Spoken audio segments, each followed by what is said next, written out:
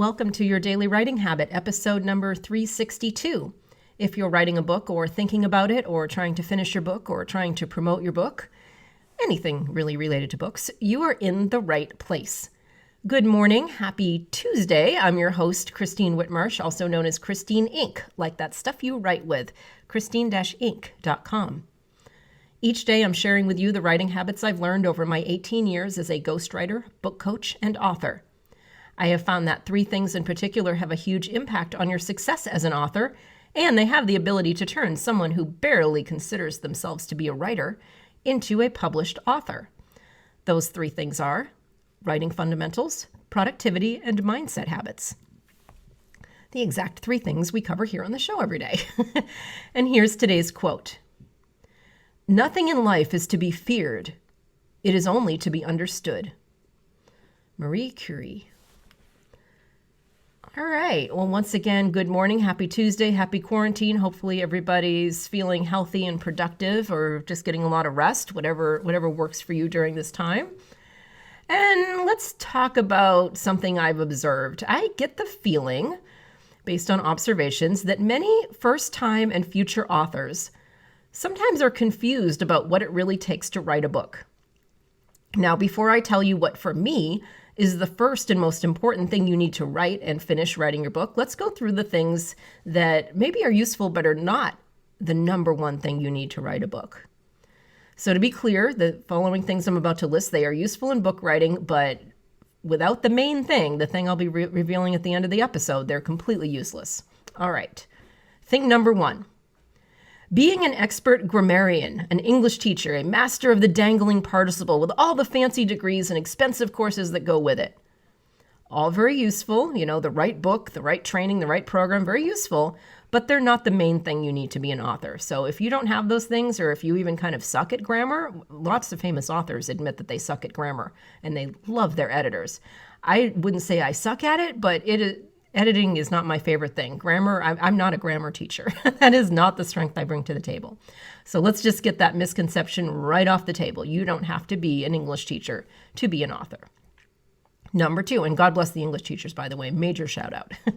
Number two, writing at certain times of day, whether, at the crack of dawn or afternoon or evening. Aspiring authors ask me questions like this all the time. When do you write and for how long? As if there's like some magical formula. And then they, look at these interviews with famous authors that are asked this. So like Inc. magazine, the people that wake up, successful people wake up at 5 a.m. or 4 a.m. I think those articles, has anybody else noticed the times in those articles seem to be getting earlier? So pretty soon it's going to be successful people wake up at midnight. Like, did they just not go to bed? Are they actually waking up? It just seems like they keep making those articles earlier. Anyway, I digress. So many people do wake up early, but also there are a lot of successful people who wake up at noon. So don't take, the Q&As with famous people in your industry as the gospel. If the ideas work for you, fine, do them, especially habits, but there's no one writing regimen. It's correct to, write your book at 5 a.m. or at noon or at 10 o'clock at night. The only correct thing is, and I say this a lot, scheduling your writing sessions, taking them as seriously as anything else in your life, prioritizing them. That's the only correct thing. What time of day you make those writing sessions, it's the day, just like flat out, it's the time of day that you'll actually do it. So I think I've mentioned this before, like with exercise, I tried to be a morning exerciser. It just didn't work because everybody goes to the gym at 5 a.m. and 7 a.m. I couldn't even get my body to work. So for me, the time of day that I will exercise is typically late afternoon. So that's when I do it. So write when you actually will do it.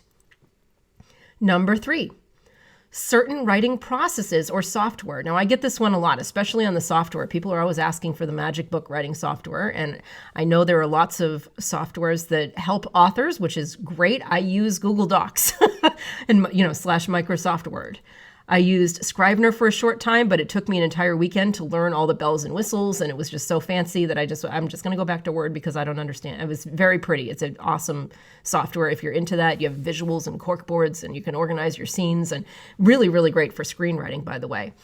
But my major answer to this is use whatever process and software that will make you sit down to write and finish writing your book, just like the last question. Make it the time of day that you will actually do it. Use the software that you will actually do it. See the theme?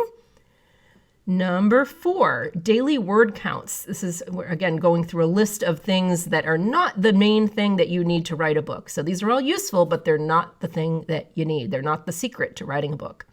Daily word counts. Here's another one from interviews with famous authors. This one hits 5,000 words a day. This one hits 1,000 words a day. Yeah, word counts matter when you do have a writing deadline, whether from a publisher or self-imposed, because you've made the commitment to finish your book and launch it by a certain day. In that case, yes, work backwards from that day and figure out how many words you need to write every day to hit your target.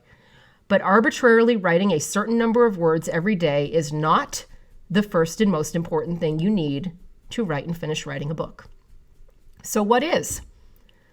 It sounds super easy, but it is the decision to do it.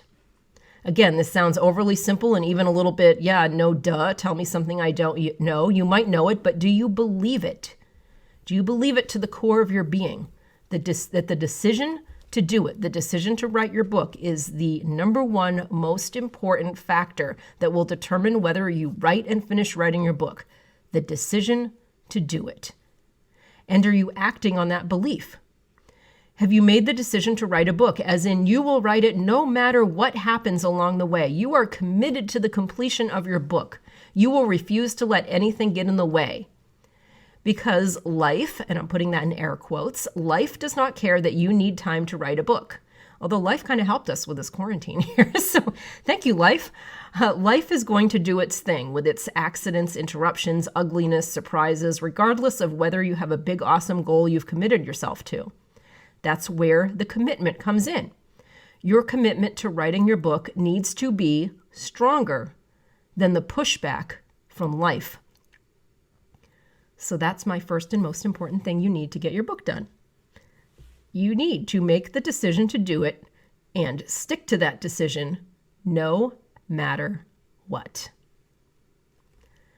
Thank you for joining me here on Your Daily Writing Habit, where I am helping you write and finish writing an awesome book. And please, let's continue the conversation in my Inc. Authors group on Facebook. Please drop by and just say hello. Even if you don't have any particular questions or needs or anything that you need to say, just, come by the Inc. Authors group on Facebook and say hello. Let me know you're listening. It's all a great community of authors there, great camaraderie. We're all in it together, all writing our books together. Inc. Authors on Facebook. Until tomorrow, happy writing.